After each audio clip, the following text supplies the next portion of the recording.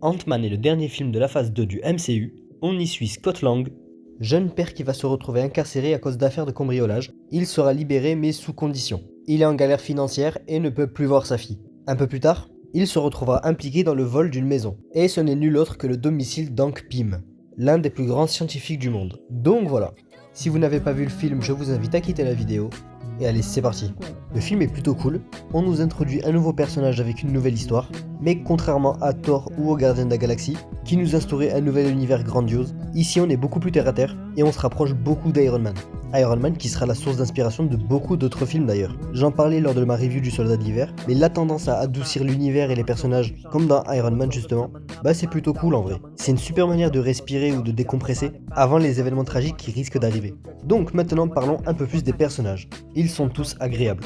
Scott Lang est très attachant, là où dans les anciens films on avait affaire à des jeunes hommes, ou en tout cas des personnages très jeunes, bah ici on a affaire à un père de famille. Donc forcément les thèmes du film seront plus différents des autres, et la relation que Scott a avec son entourage est plutôt touchante. Même si, ça aurait été vraiment bien de développer ça. Enfin un peu plus quoi. Et les interactions entre Scott et sa fille sont vraiment cool.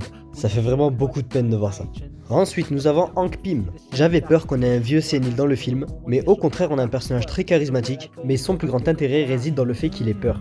Qu'il ait peur parce qu'il a créé quelque chose d'incroyable, mais qui peut malheureusement tomber entre de mauvaises mains, mais aussi peur pour sa fille, la seule famille qui lui reste, et il ne veut pas la perdre. Et de ce côté-là, Hank Pym est aussi très touchant. On enchaîne donc avec Hope, la fille de Pym.